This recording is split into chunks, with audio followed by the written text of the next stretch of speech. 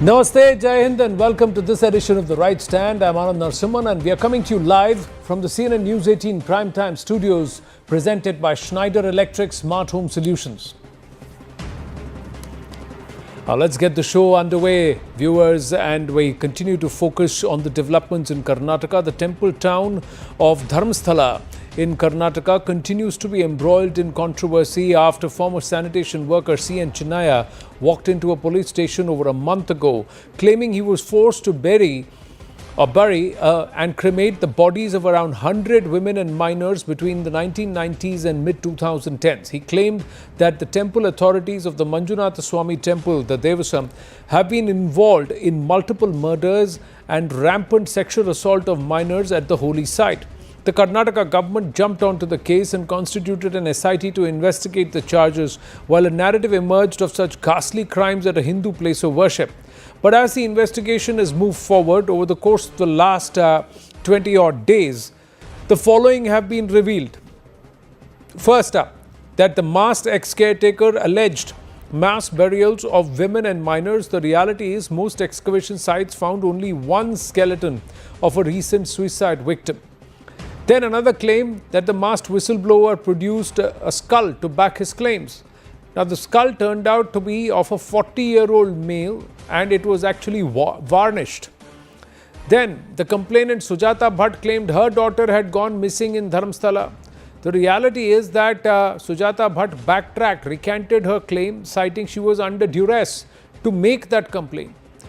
Then another claim the complainant was a temple worker devoted to its welfare. He had actually not been living in the temple town for nearly a decade now. The other claim, institutional suppression of allegations. The reality is that the SIT was backed by temple authorities to investigate the entire process. Then the Karnataka government reposed faith in the credibility of the allegations. The accuser has now been arrested for inconsistent testimony. Now, as the charges have been busted, the complainant's family claims that he is being used as a pawn by some larger forces. Listen in. ಯಾರು ಇರ್ತಾರೆ ಅಂದ್ರೆ ಅವನು ಭಯ ಭಕ್ತಿಯೋಡ ಇದ್ದ ಹುಡುಗ ಅಣ್ಣ ಈ ಥರ ಏನು ಮಾಡ್ತಾ ಇದ್ದಾರೆ ಅಂತ ನನಗೆ ಗೊತ್ತಿಲ್ಲ ನನ್ನ ತಮ್ಮನ್ನ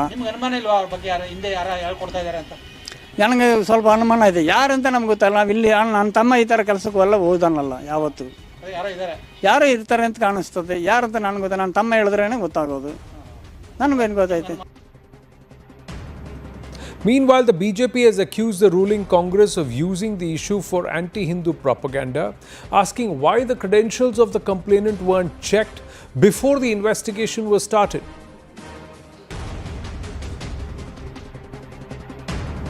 राज्य के मुख्यमंत्री सिद्धरामैया जी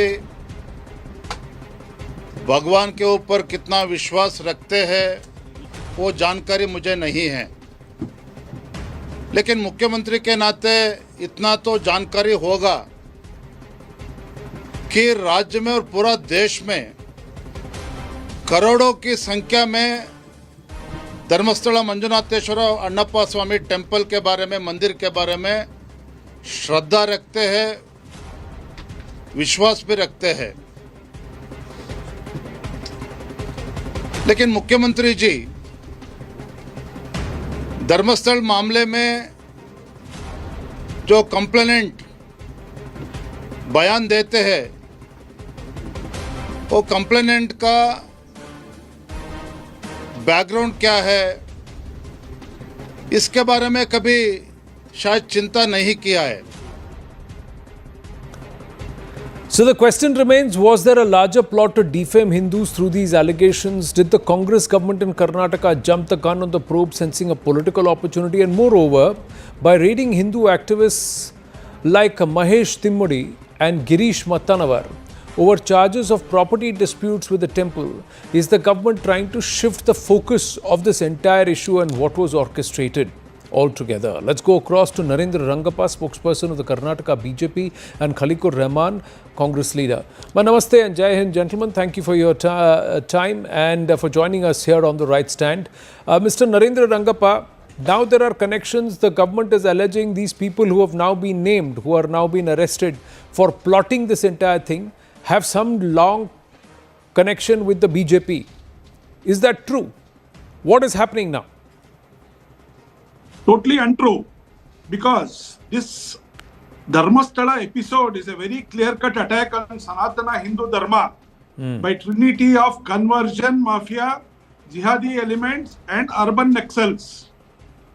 This is very similar to what has happened in Sabrimala, Tirumala, Isha Foundation, Shani Singapura and Kanchimat. Now Dharmasthala. This is very obviously brought out by Mr. Kumar on the floor of the House, saying that there is some conspiracy going on here. So, the government has accepted there is conspiracy going on against the Dharmasthala Mutt and the administration of Dharmasthala Mutt. It is for the SIT to explore and expose who are behind this. The trinity of Mahesh Timrodi, Mr. Jayant and Mr. Girish Mattananawar is very clear that they have been against the BJP, criticizing the BJP and siding one particular portion in this trade. So, my basic argument will be there are a couple of loose points in this SIT episode. Right. Number one, when Mr. Chinnaya came to the police with a skull, it had been the basic duty to register a complaint and find out where the skull came from. Sir, Right. as an orthopedic surgeon, I know how difficult it is to get an osteology set. Then how did Mr. Chinnaya, a sanitation worker, get an osteology set skull, bring it to the police station, produce it in front of them, and no action is taken? Doesn't this ring bells? It definitely rings bells. And this is buffered by statement of D.K. Shivakumar in the House also. And creating Sujata Bhatt has created a new person by name Ananya Bhatt, who did not exist. And who were the people who instigated Sujata Bhatt? Who encouraged her to lie? Who encouraged her to create this Ananya Bhatt who doesn't exist? All this is point to ponder about, and Right. it is very obvious that there are some vested interests and they have hatched a conspiracy to defame and hurt the sentiments of many devotees of Dharmasthala, lakhs and lakhs of Right. devotees of Dharmasthala Right. who visit that place. Right. Khalikur Rahmanji, your response? See, the government, in fact, having understood the sensitivity of this, has already constituted the Special Investigation Team, SIT. And SIT, in fact, is doing its job, and the main objective of the government is to find out the truth. And once the truth is unearthed, then definitely, the necessary action would be taken against all those culprits which are found actually. But the main important point here is that the truth has to come out actually, and which is possible only through a proper investigation. And the state police, in fact, is capable of doing the proper investigation, and they have already started doing it. And the government of Karnataka is pretty serious about it. And as for the Chinnaya's version is concerned, because there are different kind of views which are coming about him actually, because he does not stick to one particular version of what he says actually. So in the light of this, it is very important that the truth has to come out.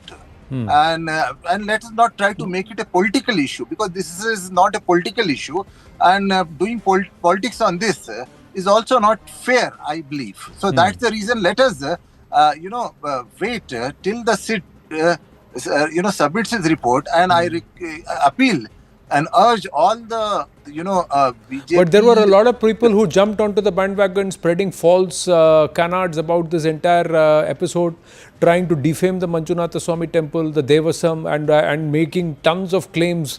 What action has been taken against all of them? Because the state government of Karnataka and its people have rushed in the past to issue FIRs, lodge FIRs, and to arrest people and to doorstep certain people across the country. Why they have not done that this time around, Mr. Khalikur Rahman? No, see, as far the government of Karnataka is concerned, government of Karnataka, in fact, takes these things very seriously, and definitely because, the police has already taken the cognizance of whatever is happening there. So it is very wrong to say on part of all those people who are trying to, level the baseless allegations against the ruling party there, against the Congress party. So, I mean, they want to just, Is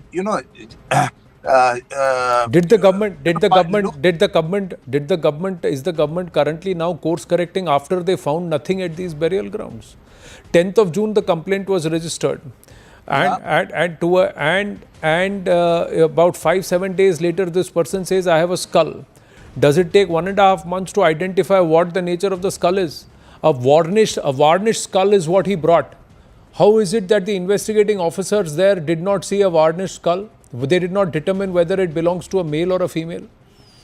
Why did they not question the fact that whether there or not, was there any ounce of iota of proof that there were at least that there are 100 people who've been buried there, whether two women or children?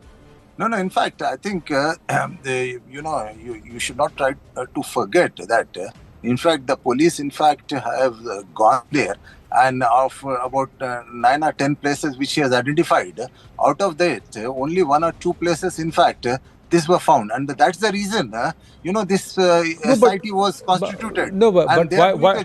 Correct. Why did they rush to dig all those 9 or 10 sites based on one person's testimony? I mean, that shows the serious. It was not seriousness. Why didn't they first identify and see whether this person lives in Dharmasthala at all? Why is it post facto and post after this that one realizes that this person Chinay never lived in Dharmasthala for the last 10 years? He never lived there. He's never lived there. The character of this person is suspicious. No, if it was suspicious, then why was his complaint taken to the level that it was dug up? The whole place was dug up. Why was it taken to that level that the whole place was dug up? My point is, sir, Khalikur Rahmanji, had somebody walked up and said something like this happening in a church, or at the background of an Eidgah or a masjid, you think they would have rushed to dig up those sites immediately? Absolutely, yes. Really? Mr. Siddaramaiah would have done immediately action that said, let's go and dig up these places without any court order, without anything. Let's just go ahead and dig it up. Absolutely, because see, it's a matter of the law and order, and it's the accountability of the government to find out the truth once any complaint is. But what about the accountability of the government to verify claims that are being made that could directly impact the faith? Or did it because this is the Manjunatha Swami temple, it's a Hindu institution, let's go ahead and dig up immediately and then course correct later on, say, oh, we made a mistake, I think something's wrong. That's the narrative which BJP is trying to play, actually. That is very unfortunate. That's the reason I said in my initial remarks that let's not play politics over this issue. Let's wait and let's cooperate with the government. No, but why did the government jump the gun in the first place? Is that not a fair question to ask, Khalikur Rahman? Is that not a fair question to ask of the Home Minister of Karnataka and of the Chief Minister? Why did you jump the gun? Why didn't you first verify the facts? Is that an unfair question to ask? No. See, in order to find out what the reality is, so this was done actually, which is perfectly all right. How, sir? How was it verifying the facts by just going ahead and digging up the place just because somebody claimed I found a skull without first determining whether that skull is a genuine one or not? What is the antecedent of that skull? Was it found from that place or not? When was all of this background done, sir? Was all of this background done between June and July? I'm just asking, Khalikur Rahmanji. Shouldn't all this be done, sir? No, Mr. Anand, I want to draw your kind attention to what my co-panelist said. And just about 5 minutes back, he was saying that when the skull was brought, and no one really took it seriously. Police did not bother to, even look at it. Police did not bother to even lodge a complaint. And now, when the police takes the action, immediately goes there, then again, you have a problem. Everyone has a problem. No, Khalikur Rahmanji. When somebody brings a skull, isn't it the job of the administration and make such a big allegation of an 800-year-old temple, which is a confluence of 3 different offshoots of Sanatan? A Shaiva, Madhwa Brahmins who are the Archakas or Vaishnavas, and the Jain bunts who are supposed to be running the temple, or the overseers of the trustee or the trustees or the pergades. Now, when it is a combination of all such three and such a huge historical and cultural background of the Manjunatha Swami temple, shouldn't there have been some more brevity shown and some more alertness shown in terms of the investigation before going and digging up this whole place and allowing all of this canard that was spread? Look at the amount of misinformation that was spread, the amount of stories that were percolated and such. But who is How doing many that? of such people No, who pushed all those false narratives, FIRs have been issued or have they been put behind bars? Had the same thing been done, been done by some other entities about a church or a mosque or a masjid or an Eidgah or another religious institution, what would have been unleashed about those, around those people by the Karnataka state government and the Siddaramaiah institution? What have they done? They have arrested so far only one YouTuber, right? The person who first did the interview. Other than that, have they taken action against anybody else for misspreading or spreading false information? Have they taken any action? Why? Why this long rope being given only when Hindu institutions are being vilified and defamed? See, the government of Karnataka, as you must know, that the government of Karnataka is equally concerned about every faith. It is, if the similar thing had happened with Sir, another faith, I respect you. I respect been, Kaliku Ramanji. I respect you, and I would like to take your word for truth. But touch your heart and tell me you really believe the same case would have been, the same thing would have been done for it, had it been, or had the situation been different. Viewers, you can decide it. Meanwhile, and it would have been rather more stronger. Meanwhile, Mr. Narendra Rangappa, the BJP, when did it first open its mouth about Manjunatha Swami temple? When did it first start talking about it? How many days after the complaint was launched? When these allegations came, and this person who came with the allegation of hundreds of and thousands of bodies being buried, and when some social elements went up to the police to complain, and the police, when they said it should go to SIT, then the Bharatiya Janata Party decided that a decision has been taken to cleanse the allegation. So let us wait for the allegation to be cleansed. So we gave a fair chance both to the government and to the police and to the public to cleanse the Dharmasthala issue place. Because lakhs and lakhs of devotees are visiting as pilgrims to that place. We wanted the SIT to wash the dirt of these allegations. So how should that have been done? Just go and dig up the places. Let's just go to Dharamsthala and dig up all the temple lands, and let's just dig up wherever this person points a finger, let's just dig it up.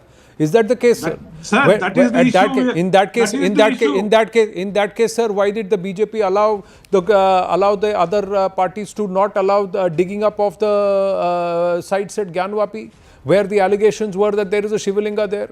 Why did they allow them to go to the courts? Why did the Muslim Paksh go to the court and say let the proper procedure be followed? Why didn't the BJP go to the court and say follow the proper procedure when it comes to the Manjunatha Swami temple? Sir, we believe in fair investigation and fair So was this fair, sir? Was the investigation fair, Mr. Rangappa? Was the investigation done in this way? Should the lands have been dug up just at random? We believed the police. Narendra We believed the Rangappa office. should We the thought land, they would be should fair, the temple but they lands, were not.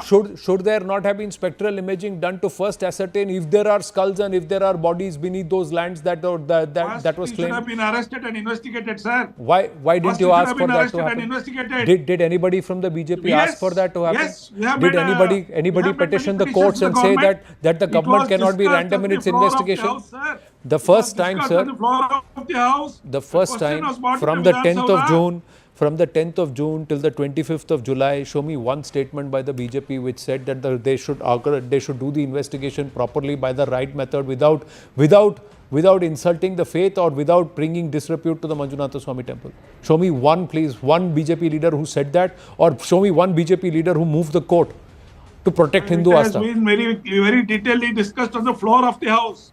But the government took nearly 15 days to respond. We have given questions, starred questions were given. We had sent proposals for You discussion of the decided to government. do it politically, sir.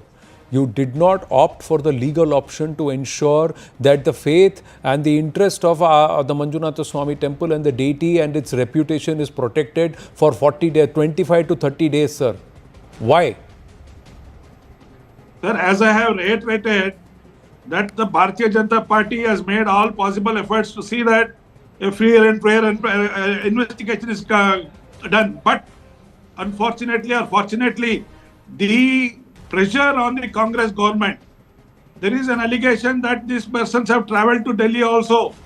So was there a pressure from Delhi on the Sir, Congress government not to do this properly? It is time, if you really are going to talk about Hindutva and protecting and upholding Hindu Astha and the dignity of Hindu institutions, then the BJP has to walk the talk in all cases, legally also, not just politically. That's my humble submission. Have to wind up on that note. Thank you very much, Khalikur Rahman and Narendra Rangapachi. Thank you very much. Up next, we decode the threat of infiltrators in the state of Assam. Viewers, we are trying to bring to you the threat of illegals to Bharat across states. Let's focus on Assam, where the alarm that has been flagged since independence, but has failed to produce a robust security strategy to safeguard the northeast from terror, insurgency, and and strategic designs of Bharat's adversaries. Coupled with partisan and vote bank politics, the damage over decades paints a very grim picture and the need for decisive action for the future. Here is a deep dive.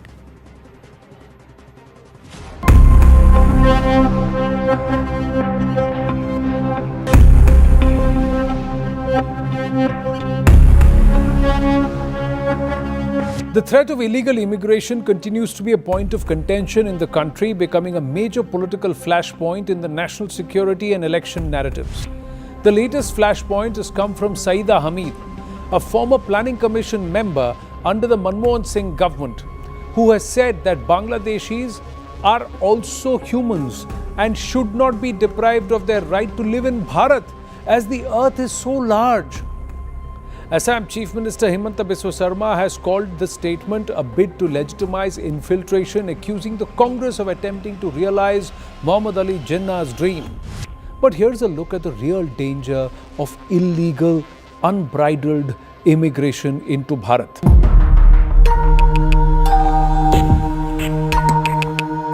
In a landmark ruling in October 2024, the Honorable Supreme Court stated that Bharat is facing external aggression and internal disturbance on account of illegal migration from Bangladesh. The matter has been flagged in the past as well.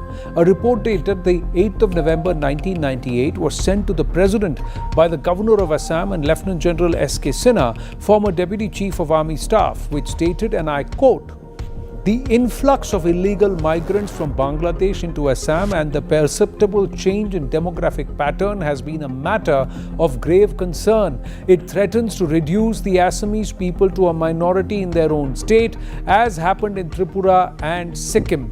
Unquote. Further, quote, "Illegal migration into Assam was the prime contributory factor behind the outbreak of insurgency, yet no progress has been made in dealing with the issue." Unquote. Further quote, "The long-cherished design of Pakistan and Bangladesh making inroads into the strategic land link of Assam with the rest of the country can lead to severing the entire landmass of the northeast with all its rich resources. This will have disastrous strategic and economic consequences." Unquote.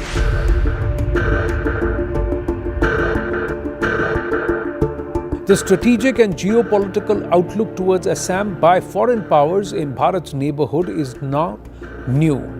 Zulfikar Ali Bhutto, in his book Myths of Independence, wrote, "It would be wrong to say that Kashmir is the only dispute that divides Bharat and Pakistan. One nearly as important as the Kashmir dispute is Assam and some districts of Bharat adjacent to East Pakistan. To these, Pakistan has very good claims.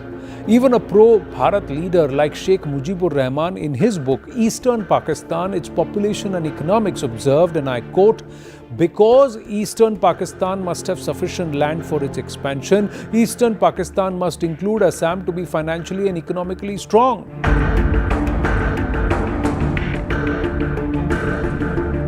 Now, what are the factors behind infiltration currently? Ethnic, linguistic and religious commonality between illegal migrants and the people on the Bharatiya side of the border enables them to find shelter.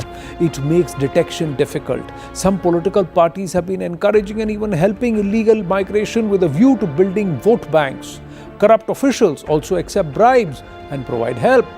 Recently, a racket has been busted in Lakhimpur, where 4 individuals were arrested for providing forged citizenship certificates and other documents to illegal migrants for the last 14 years.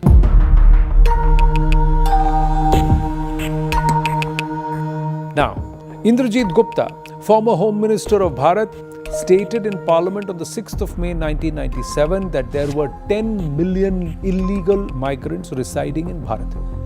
When did he say this? Way back in 1997.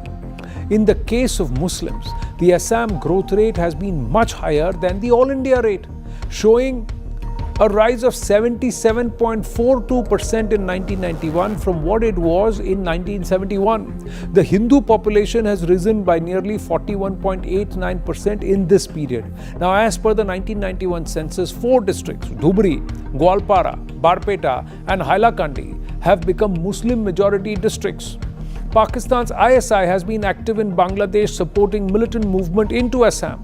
Records suggest Bangladeshi nationals have occupied vast tracts of barren or cultivable land and forest areas in Assam. Muslim militant organizations have mushroomed in Assam, and there are reports of some 50 Assamese Muslim youth having gone for training to Afghanistan and also into Pak-occupied Jammu Kashmir.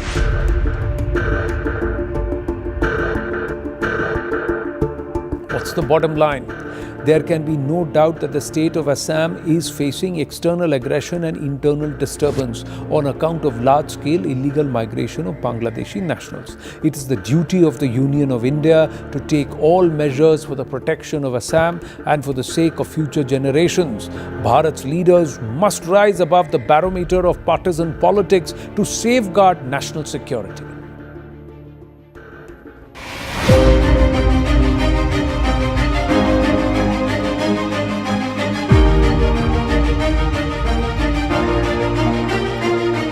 In a matter of great pride for Bharat, the Indian Navy has commissioned 2 Nilgiri-class stealth frigates, INS Himgiri and INS Udaygiri, at Visakhapatnam in a first-ever twin induction of frontline warships. Raksha Mantri Rajnath Singh presided over the ceremony, marking a significant capability jump for the Eastern Naval Command and a milestone for Bharat's indigenous shipbuilding drive.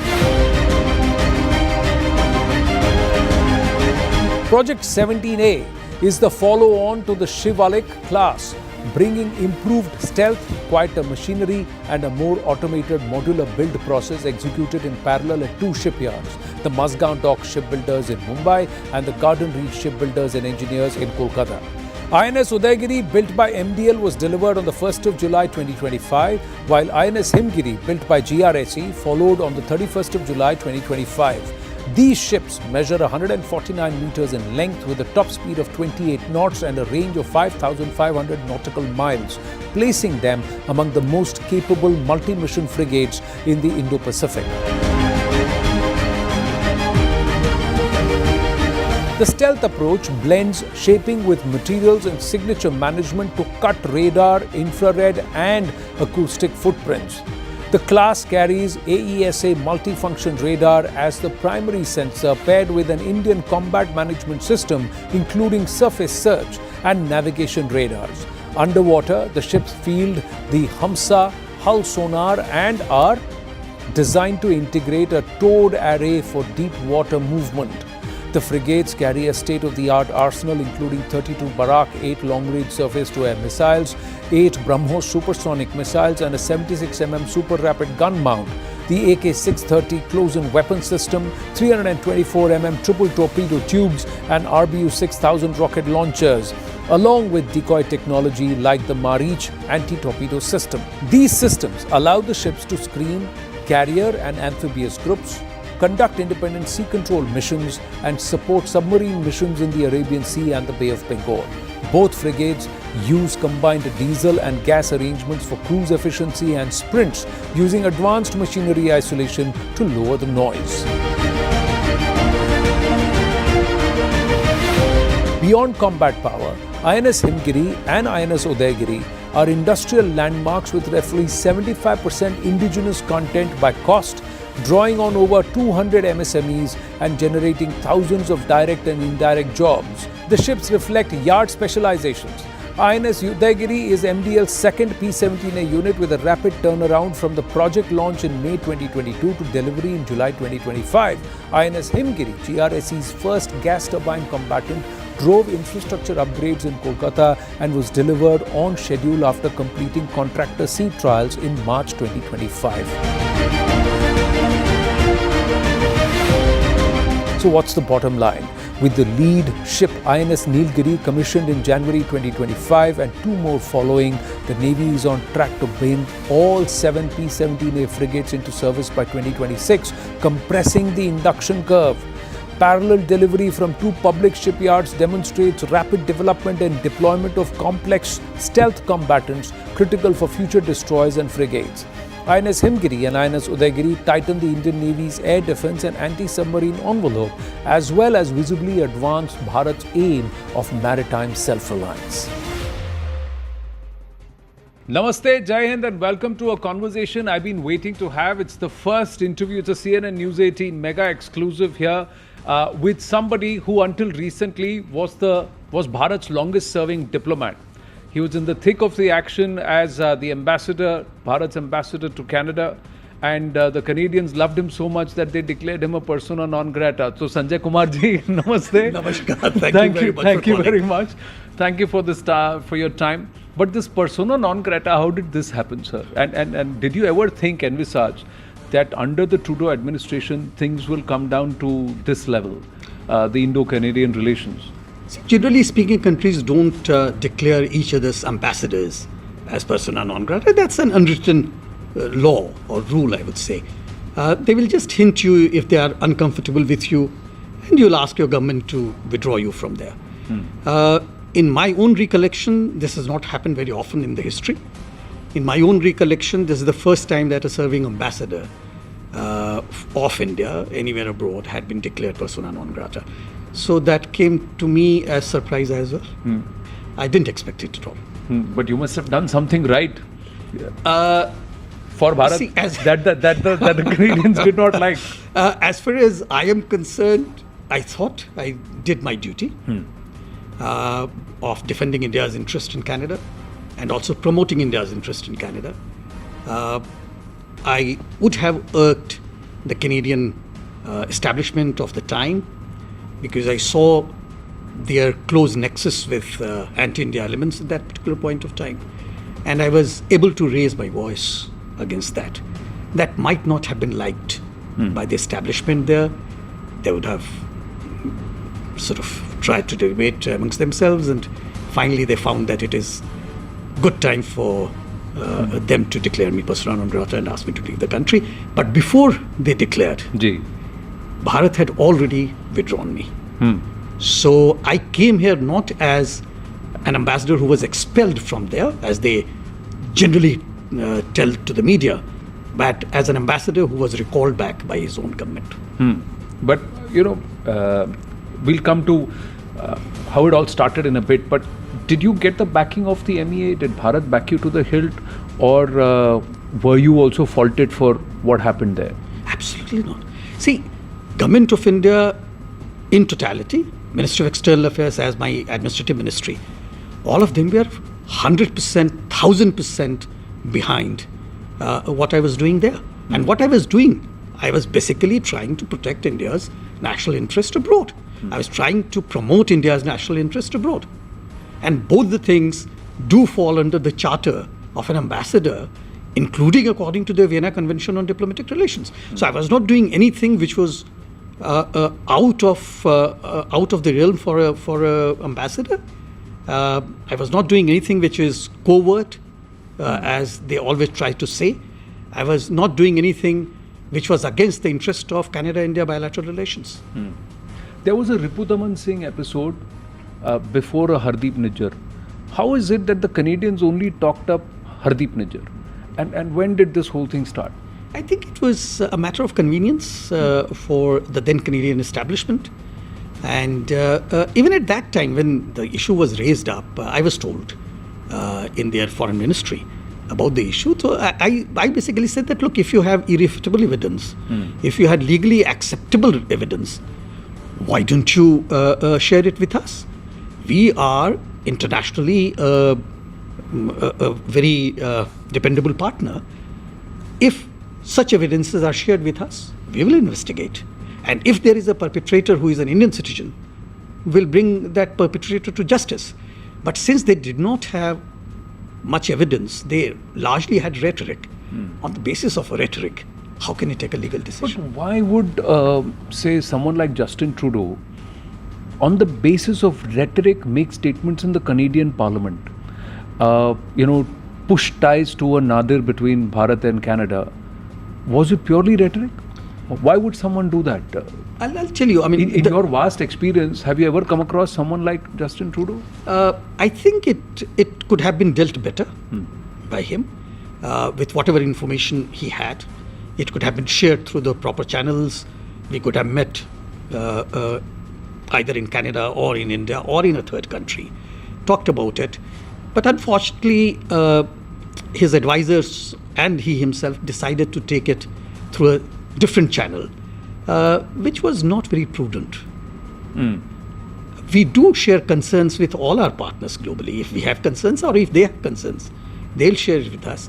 And then we follow a certain norm, a diplomatic norm, through which we try to resolve the issue. Was Khalistan issue in Canada a threat to India? Yes, it was. Was it a concern for India? Yes, it was. Was it a red line for India? Yes, it was. So we had our concerns. We had shared it with the regime there a number of times. But unfortunately, we did not see much happening from their side. But there was a lot of conversation, Ambassador, that it was Five Eyes chatter that was shared with them, intelligence chatter, which had been picked. There was no concrete proof. Is that true? I haven't seen any concrete proof. Okay. No evidence of any substance was shared with me or through me with Government of India. So I would say that probably perceptions preceded the reality. So they did not share things with us for us to be their partner in the entire thing. But did they also make life difficult for you, your team there? Yes, to some extent. But at the same time, they made sure that my security is taken care of. They would have realized that an Indian High Commissioner in Canada, if he gets bodily harmed or physically harmed, that will be an egg on their face. So my security was never compromised from their perspective. But I was still attacked. I was put in harm's way. So all these things happened. But then their security detail was always accompanying me. So would you say that your security was not compromised, but your freedom was limited? Oh, freedom was extremely limited. With the security came a few other strings. And the strings are to understand whom I'm meeting, what I'm saying to whom. I don't know if they understood Hindi, which I spoke sometimes. Wherever I would go for public events, my security's detail will always be in the room. So they were always listening, they were always watching? Listening, probably recording as well and relaying to their bosses. But, I had no fear because I was not saying anything which was against Canada-India relations. I wanted Canada-India relations to further improve. So many a times I tell my friends that, look, as an Indian ambassador to Canada who had a duty and responsibility to make the relationship better, probably I failed. But as a patriotic Indian, I'm very proud of myself. So was there ever an indication that, okay, you own up on Hardeep Nijjar, things will be all right? Or not told to me, no, never. They never even hinted. And as far as I'm concerned, I always told them to very, very senior officials, including their security apparatus, that listen, if you have evidence, I will speak to my interlocutors in the Government of India to take those evidence seriously and investigate. But they have to be serious evidence legally acceptable as well as irrefutable. But tell me, Ambassador, why only Hardeep Nijjar? Why didn't Justin Trudeau ever pick up Ripudaman Singh being neutralized, or a Karima Baloch being neutralized, or that Chinese national who was neutralized? There were a lot of people asking questions how the Chinese are operating in Canada. He never said anything about that. So there, I can only say on your channel that lesser said the better. That the things that you explained itself shows the partisan approach of the individual. So what was his end game? What was Trudeau's end game? He's nowhere today, but what was his end game? I think he was trying to create some leverage in negotiating with India. On what? See, from his perspective, there could be negotiations on environment. There could be negotiations on sustainable technology. There could be negotiations on India's diaspora in Canada. So I'm not able to read his mind that much and in depth, but I think from my diplomatic experience that I have, countries do try to create leverages, and this was one of his approaches. Was there any influence of his father's playbook? In your wisdom, would you think that because the elder Trudeau was there when the 1985 this once happened, Kanishk happened, and at that time nothing was done. He was the first person to impose emergency in his country. This Trudeau also did the same thing. He called emergency in his country, and he's when the truckers were protesting, and this one. Were you inclined to believe that there was some influence of his father's playbook? I would. He was completely his father's son, and the success of his father in the Canadian political domain is there. We should not deny that. And probably he was trying to learn a few pages from his playbook and trying to implement them. But the situations are different. Bharat at that time was different. Bharat of today is very different. So he couldn't probably imagine the kind of pushback that he got from Bharat. So perhaps that's the difference where we as Bharat reacted. But how serious and how deeply entrenched is this entire K-goon lot, this entire lot of secessionist anti-nationals in the Canadian system? Are they very well organized? This, because there is inputs that we've received. You can correct me if we are wrong. The WSO, the erstwhile founders of the WSO are all Khalistanis, or they were all wanted people who fled this country. It's their subsequent generations who are now embedded within Canadian polity and Canadian policy making and administration. Is that true? See, strategically speaking, this group of Khalistani extremists, they are fairly well organized. And they have two distinct parts. Okay. One is the strategic advocacy, wherein they have got best brains available amongst the Khalistanis, leading the organization you just mentioned, World Sikh Organization, which then clandestinely supported the extremist wings of various other organizations trying to sort of create a secessionist movement in India.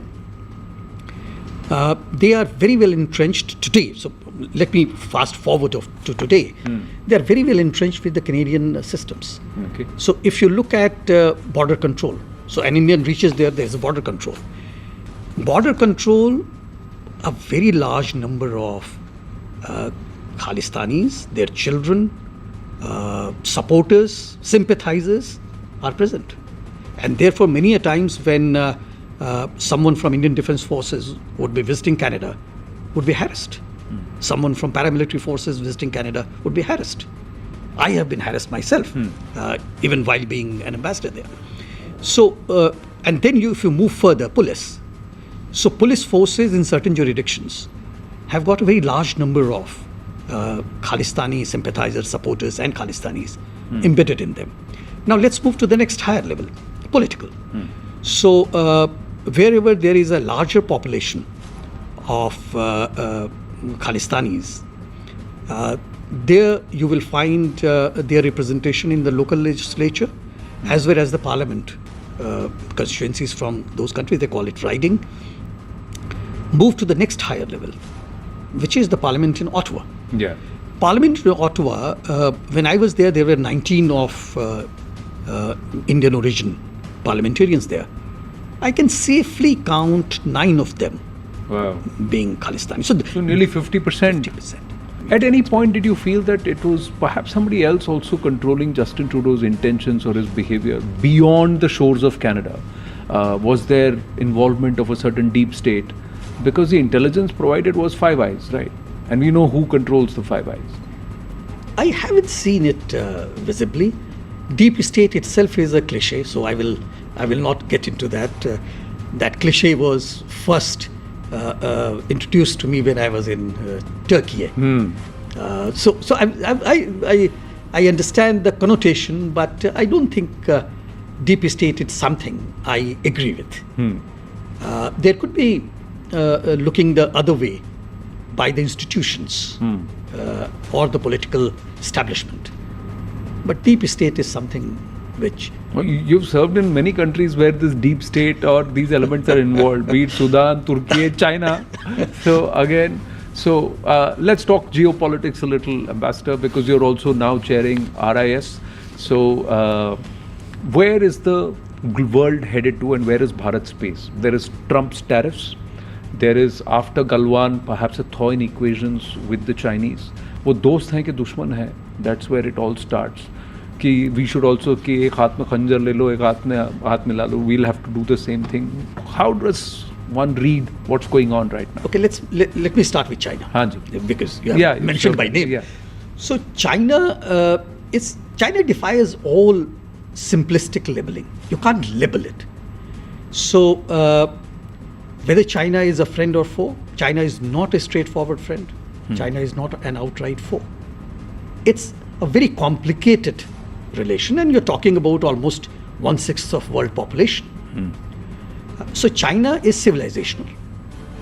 China's foreign policy approach is with long memories and patience. We are civilizational. So any interaction with China has to take this into account. We should be cold-headed. We should be warm at our handshakes, and we should be firm on the spine.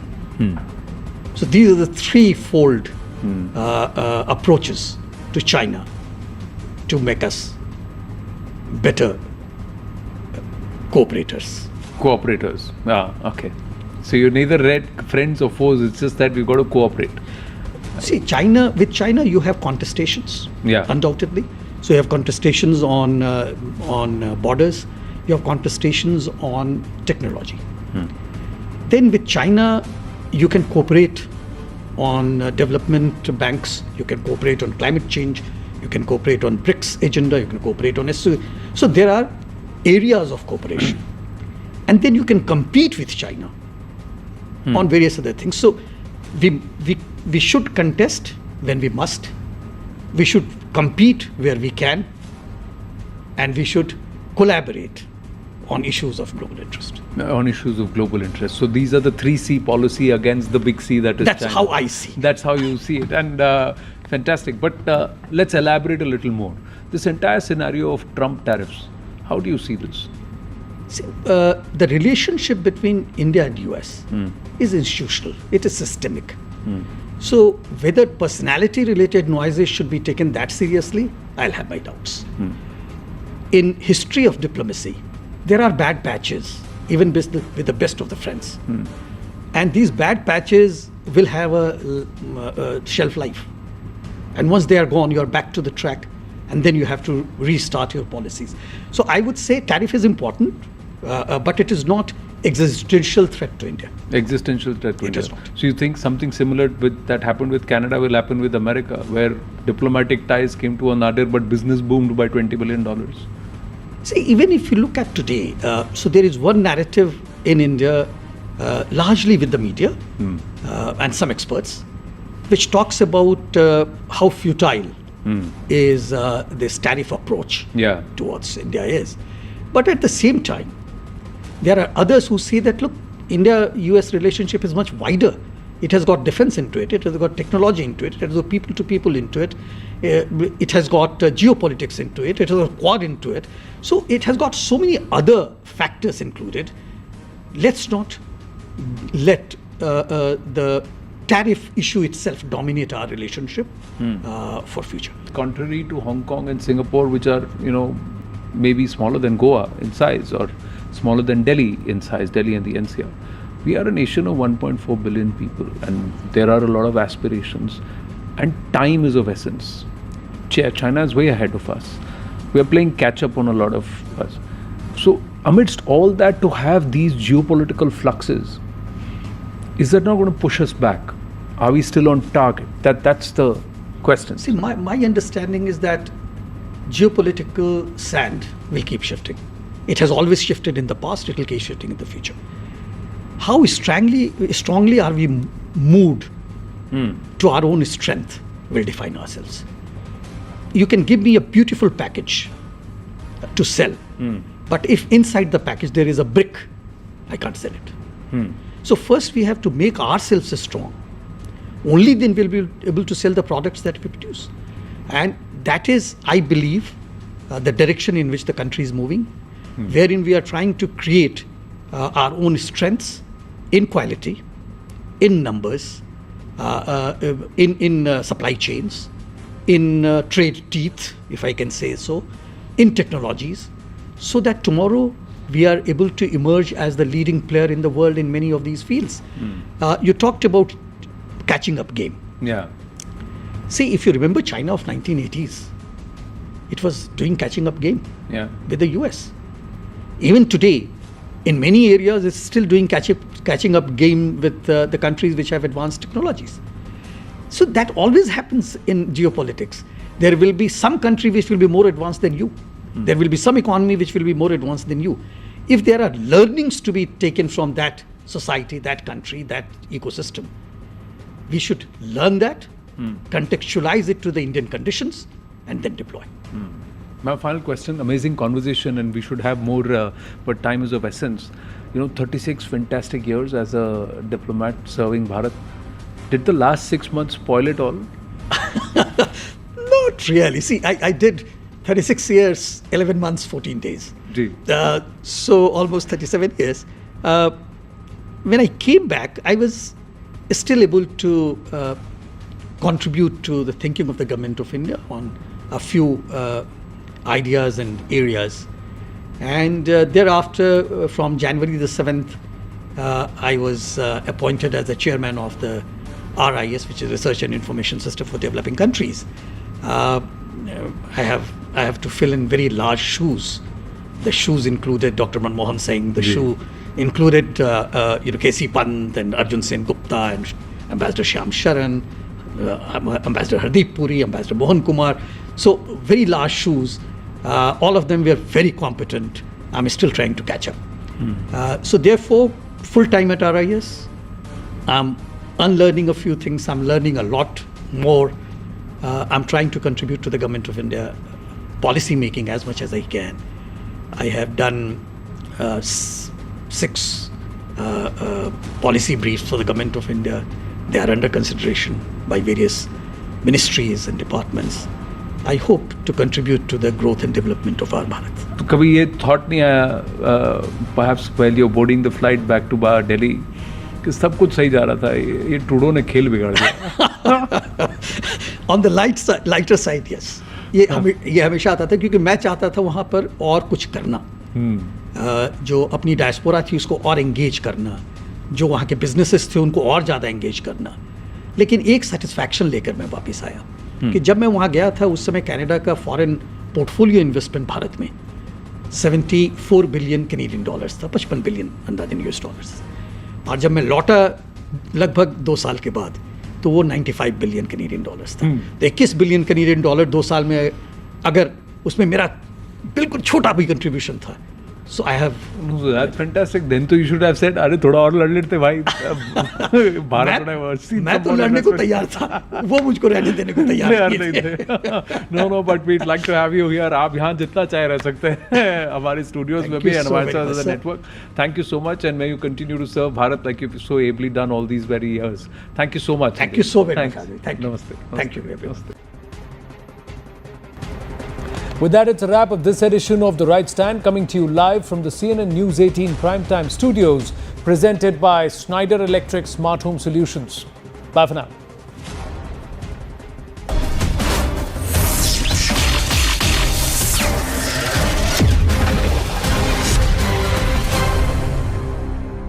Co-presented by. This is News18 Network.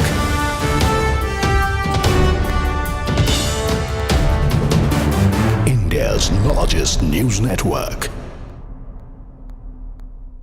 Enforcement Directorate heat on Aam Aadmi Party leader Saurabh Bhardwaj in Delhi hospital construction scam. Around a dozen locations, including the Bhardwaj residence, is being searched by the officials. And now Aam Aadmi Party's Atishi has slammed the BJP, says, and I quote, why was a raid conducted at Saurabh Bhardwaj's place today? Because questions are being raised on Prime Minister Modi's degree across the country. That's the question she's asked. The raid was conducted, she says, to divert the attention from this discussion. At the time when the case is being reported, Saurabh Bhardwaj was not even a minister, which means that the entire case is false and fabricated. That is the comment that's come in from Aam Aadmi Party's Atishi, as raids currently underway at Saurabh Bhardwaj's, or premises linked to Saurabh Bhardwaj, his official residence, currently being searched by the ED officials, and this in the Delhi hospital construction scam. Arunima joins us with more details. Arunima, tell us more about the raids. Before we talk about the politics of it, how many locations are we talking about? Since how long? What's the latest? 13 locations, including Saurabh Bhardwaj's residence and hospital premises. So these are, hospitals which were supposed to be constructed, or the ICU was to be updated. And the contractors who were given these contracts, their premises are also being raided. Essentially, the case pertains to when Saurabh Bhardwaj was still a minister. The case pertains to an anti-corruption branch of Delhi flagging off that how more than 5,000 crores were sanctioned for upgradation of ICU or construction of new wings in hospitals.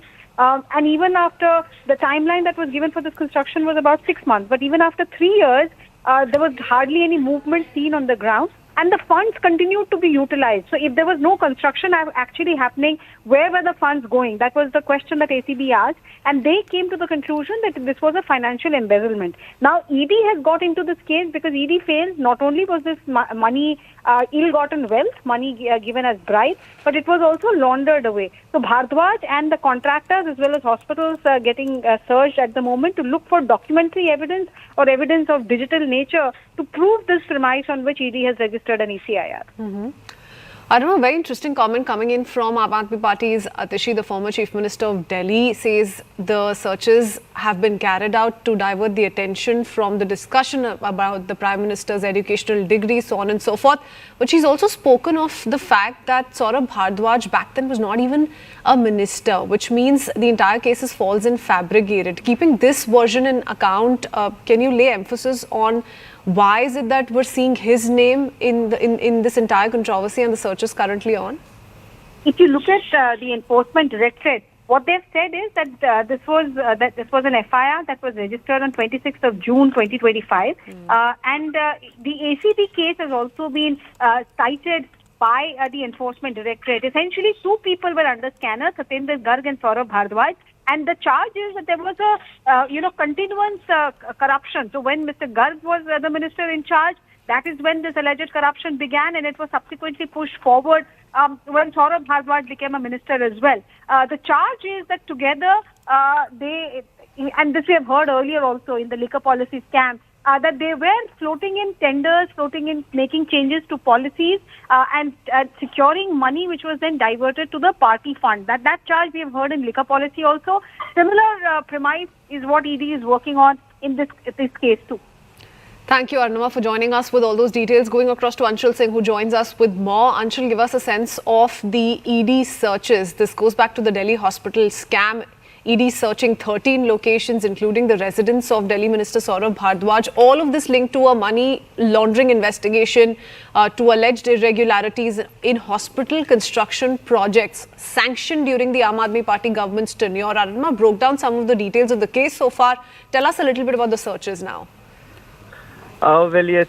First, to talk about the entire case and the exact details of the case, the basic allegation that has been put forth against the Aam Aadmi Party in this entire matter is that yes, there were orders given of building in new rooms and also new buildings for hospitals out here in the national capital. For that purposes, tenders were floated. In fact, the kind of equipment that was eventually taken out of tenders and was taken at a much higher price than what was actually notified from the side of the Delhi government. Now, this complaint that was given initially was given by Vijendra Gupta, who was the then BJP president, and he went ahead and gave this initial complaint to the Anti-Corruption Bureau of Delhi many years ago, approximately in 2017, 2018 itself, and then the ACB went ahead and filed an official FIR in the month of February, right before the elections out here in the national capital. Now, taking this as the base of the case, the Enforcement Directorate has also gone ahead and registered a money laundering case into this entire matter, and they have started this entire investigation. Now, at this point in time, as we are speaking, Saurabh Bhardwaj, who was the former health minister of the national capital, is also under the lens, because the Enforcement Directorate and the ACB also believes that it was that Saurabh Bhardwaj also knew that the tenders that have been floated and the money that has been earned by the Aam Aadmi Party through these tenders being given illegally, and also taking kickbacks from these companies, that has in turn been handed over to the Aam Aadmi Party, and Saurabh Bhardwaj was the person who actually knew about this as well, and that is the reason why Saurabh Bhardwaj today is being raided by the Enforcement Directorate. Apart from this, 13 other locations are also being... 18 Primetime Studio, presented by Schneider Electric Smart Home Solutions.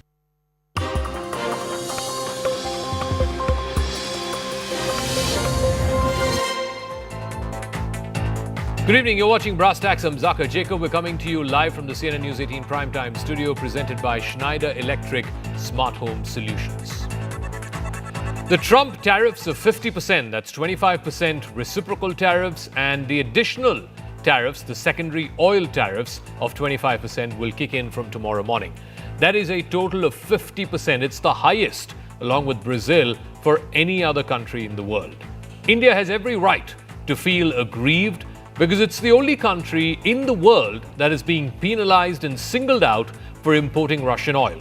In fact, if that was the criteria, then China imports more Russian oil than India, but there is no tariff on them. Europe imports more Russian gas than India. There is no tariff on them. While India has every right to feel genuinely aggrieved, geopolitics is not about being fair or just or the world being a level playing field. It's a big, bad, brutal world out there. And India has to bring its power dynamic, which is a strength of political, military, economic, manufacturing, and technological might to bear on the rest of the world. So the question is, with less than 24 hours to go for the 50% tariffs, and easily, this is the nadir